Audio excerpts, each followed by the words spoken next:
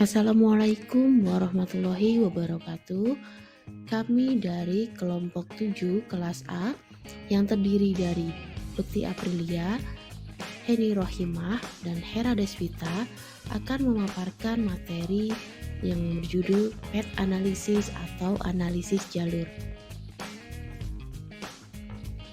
Yang pertama kita akan bahas yaitu mengenai pengertian dari analisis jalur.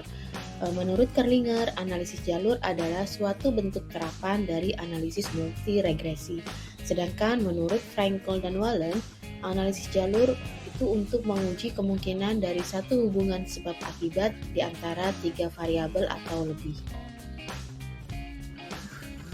Analisis jalur merupakan suatu metode yang digunakan untuk mengetahui pengaruh langsung dan tidak langsung di antara berbagai variabel.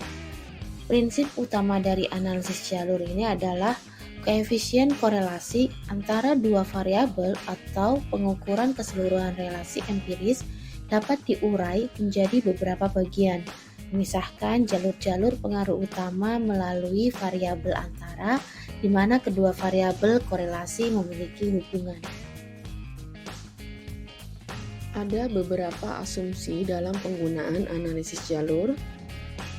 Yang pertama adalah semua hubungan adalah linear.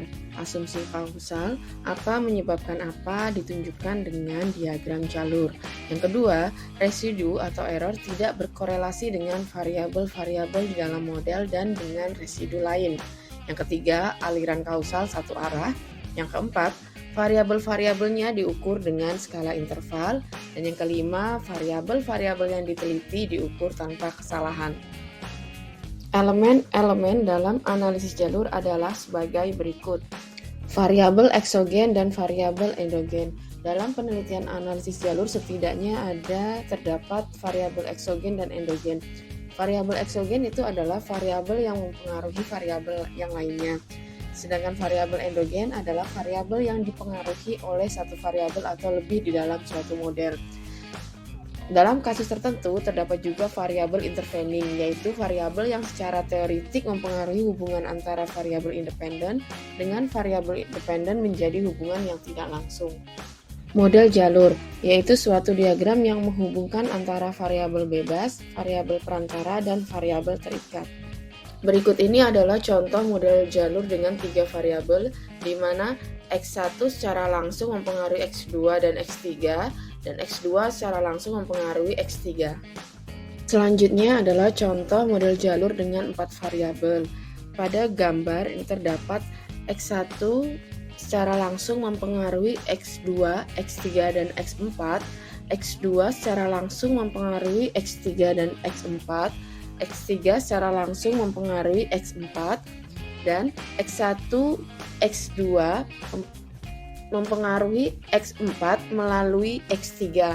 Di sini juga ada lambang E1, E2, dan E3 dan M4 itu adalah residual error. Koefisien jalur. Koefisien jalur adalah koefisien regresi standar atau yang disebut beta yang menunjukkan pengaruh langsung dari suatu variabel bebas terhadap variabel terikat dalam suatu model jalur tertentu. Persamaan struktural. Persamaan struktural analisis jalur merupakan persamaan yang menunjukkan adanya variabel endogen yang ditentukan oleh beberapa variabel eksogen. Residual error.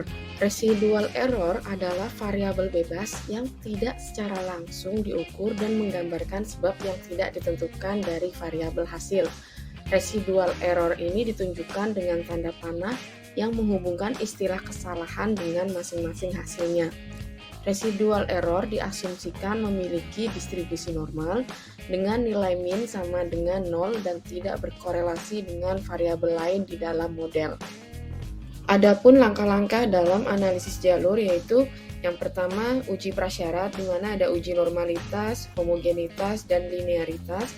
Yang kedua yaitu pengujian model dengan syarat harus ada korelasi yang signifikan antar variabel yang dihitung dengan koefisien korelasi. Dan yang ketiga yaitu pengujian hipotesis. Contoh-contoh judul penelitian yang menggunakan analisis jalur yaitu 1. Pengaruh kondisi sosial ekonomi dan motivasi belajar terhadap prestasi belajar mahasiswa. Contoh yang kedua yaitu pengaruh kemandirian belajar, minat belajar, kemampuan penalaran matematis terhadap prestasi belajar matematika siswa. Yang ketiga yaitu pengaruh pendidikan orang tua, fasilitas belajar, dan minat belajar terhadap hasil belajar siswa kelas 11 IPS pada mata pelajaran ekonomi. Berikut ini disajikan sebuah penelitian dengan menggunakan analisis jalur dengan judul Pengaruh Kemandirian Belajar, Minat Belajar, dan Kemampuan Penalaran Matematis terhadap Prestasi Belajar Matematika Siswa dengan variabel eksogen yaitu kemandirian belajar, minat belajar, dan kemampuan penalaran matematis, sedangkan variabel endogennya yaitu prestasi belajar matematika.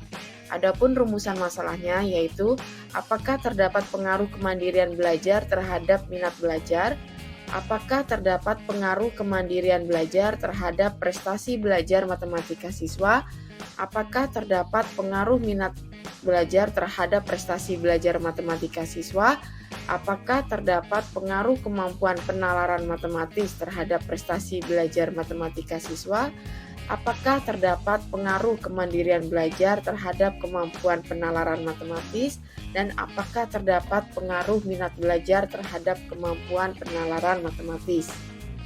Hipotesis penelitiannya yaitu terdapat pengaruh kemandirian belajar terhadap minat belajar, terdapat pengaruh kemandirian belajar terhadap prestasi belajar matematika siswa, terdapat pengaruh minat belajar terhadap prestasi belajar matematika siswa, terdapat pengaruh kemampuan penalaran matematis terhadap prestasi belajar matematika siswa, terdapat pengaruh kemandirian belajar terhadap kemampuan penalaran matematis siswa, dan terdapat pengaruh minat belajar terhadap kemampuan penalaran matematis siswa.